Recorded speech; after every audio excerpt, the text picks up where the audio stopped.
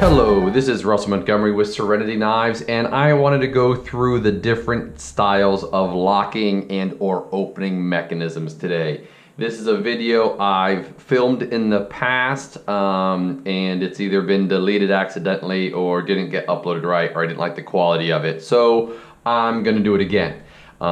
This time, this is the only knife we currently do not sell. Everything else on the table is either something that's in on consignment or that we are authorized dealers for, or dealers for, redistributors for, whatever that company's terms are. So the first and oldest type of folding knife is what they call a friction folder. There's other names for it, but I know it as a friction folder. I believe it was the Danes started doing these back in like the 1st or 2nd century. Absolutely cool. So you can take basically anything. I've seen them in wood, I've seen it in antler, I've even seen metallic stock in this, and literally you open this up, that index is in there via friction, and then your hand is the lock. As long as your hand is holding that in, it can't bend. As soon as you take that off, you can close it again. Super cool old style of a kind of locking knife. Super simple, super basic, but I just absolutely love these things. And as soon as I find a high-end production model of them, I will try to get some friction folders into the shop. So that's there. Then you have a slip joint. And these are the really classic nice knives. You see a lot of 3-bladed trappers this way. Literally, it's called a slip joint because this will slip open and close. There's no lock on it whatsoever, so it's a non-locking knife, and any of the 3 blades won't be locking.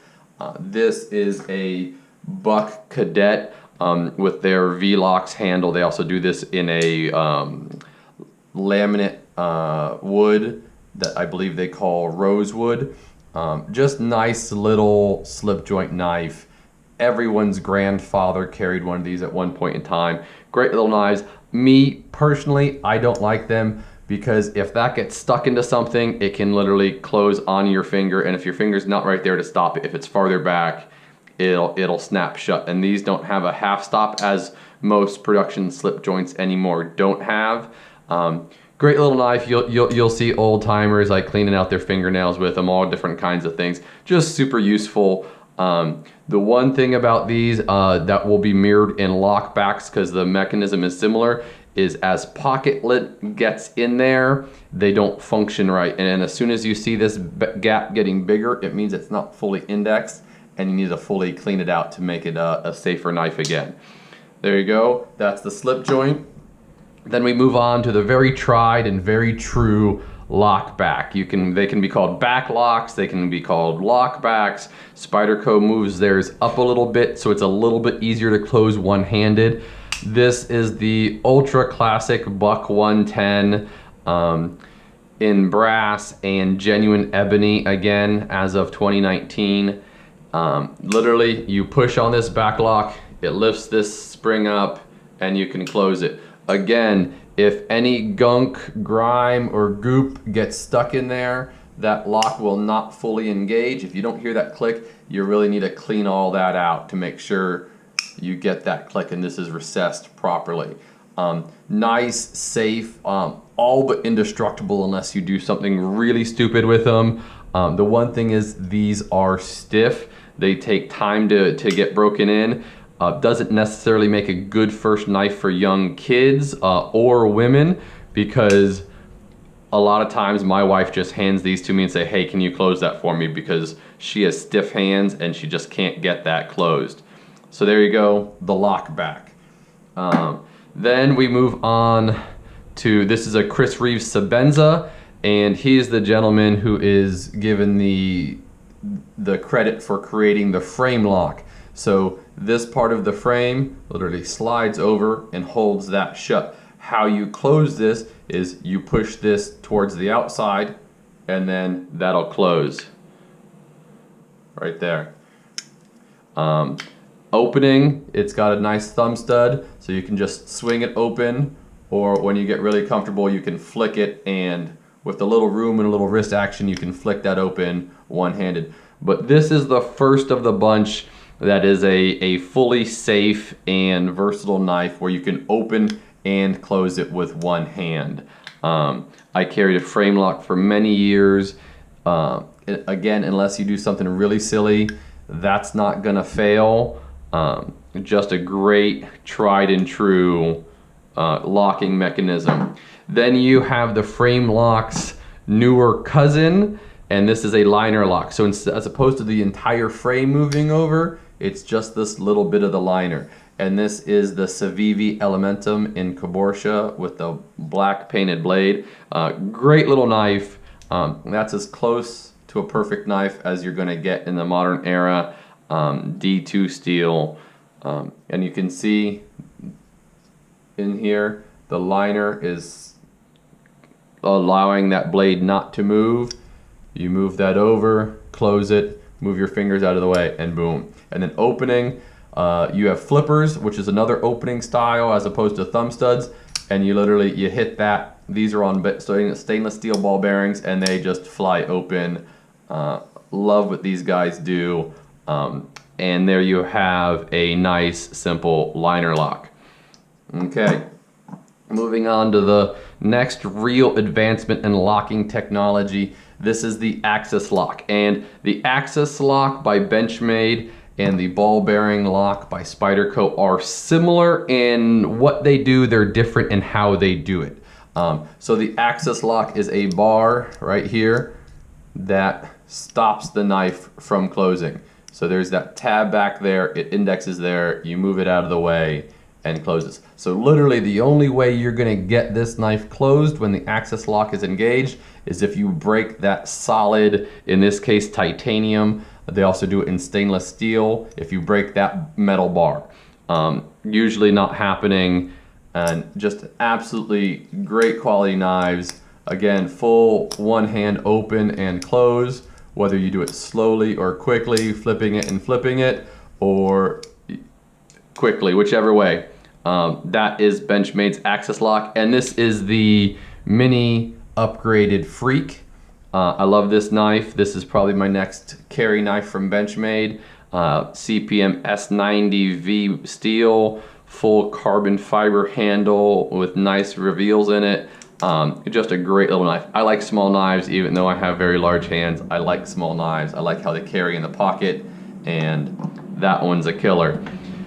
Then you have Spyderco's ball bearing. So like I said, it's very similar in how it functions. You can't see the mechanism because they hide it back here, but literally it's got a spring pushing it forward, and there's a crevice in here that it locks into going forward. You can see right there, and then this thing will pop forward. And again, the only way to get that to close is to break that or to break the spring, and boom, this will kind of slip out of the way. But literally, you're not breaking that bar doing anything of normal use.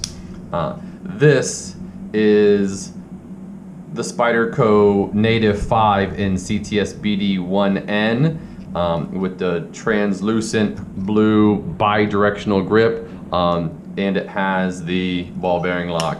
I'm not the best with Spydercos, but full one hand open and close. You can Spidey flick it if you get it right, and then close. Great locking mechanism. Honestly, wish they used it more. Great lock. Then you have Spyderco's next locking system. This is what they call a compression lock.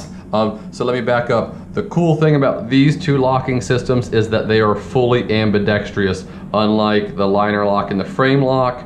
And this one is kind of ambidextrous, but you just have to change how you activate it. So you can see this lock. This is basically, the other name for this is a backside liner lock or compression lock. You can see that bit flies over there. You hit it back and goes.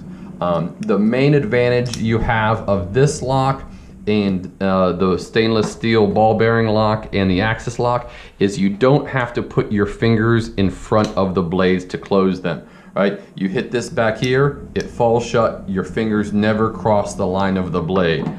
Unlike this guy, you've got to push this over, partially close it onto your finger, move it out of the way and close it, right? With either of these, you have the knife open, you push that, you let it fall shut. Or even if you have to, you're here, you open it and you close it, your finger is never going to be cut on. Compression lock is a great locking system. Really takes a lot of the strain off of opening it because nothing's riding on it. So these flick open beautifully when you get it right, and then they just fall shut.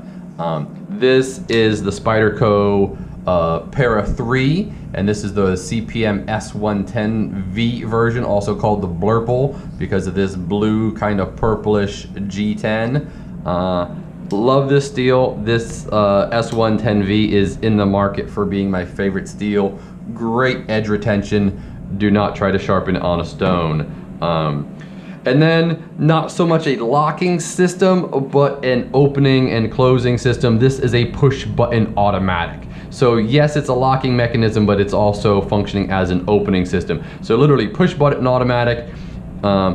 It's locked shut. You push the button, it flies open. You can see the indexing in here where that barrel indicates into the knife, into the blade right there, locking it open. You push that in and close it, and then there's another recess back here on the bottom side in here that locks it shut. So it's locked shut, it's locked open.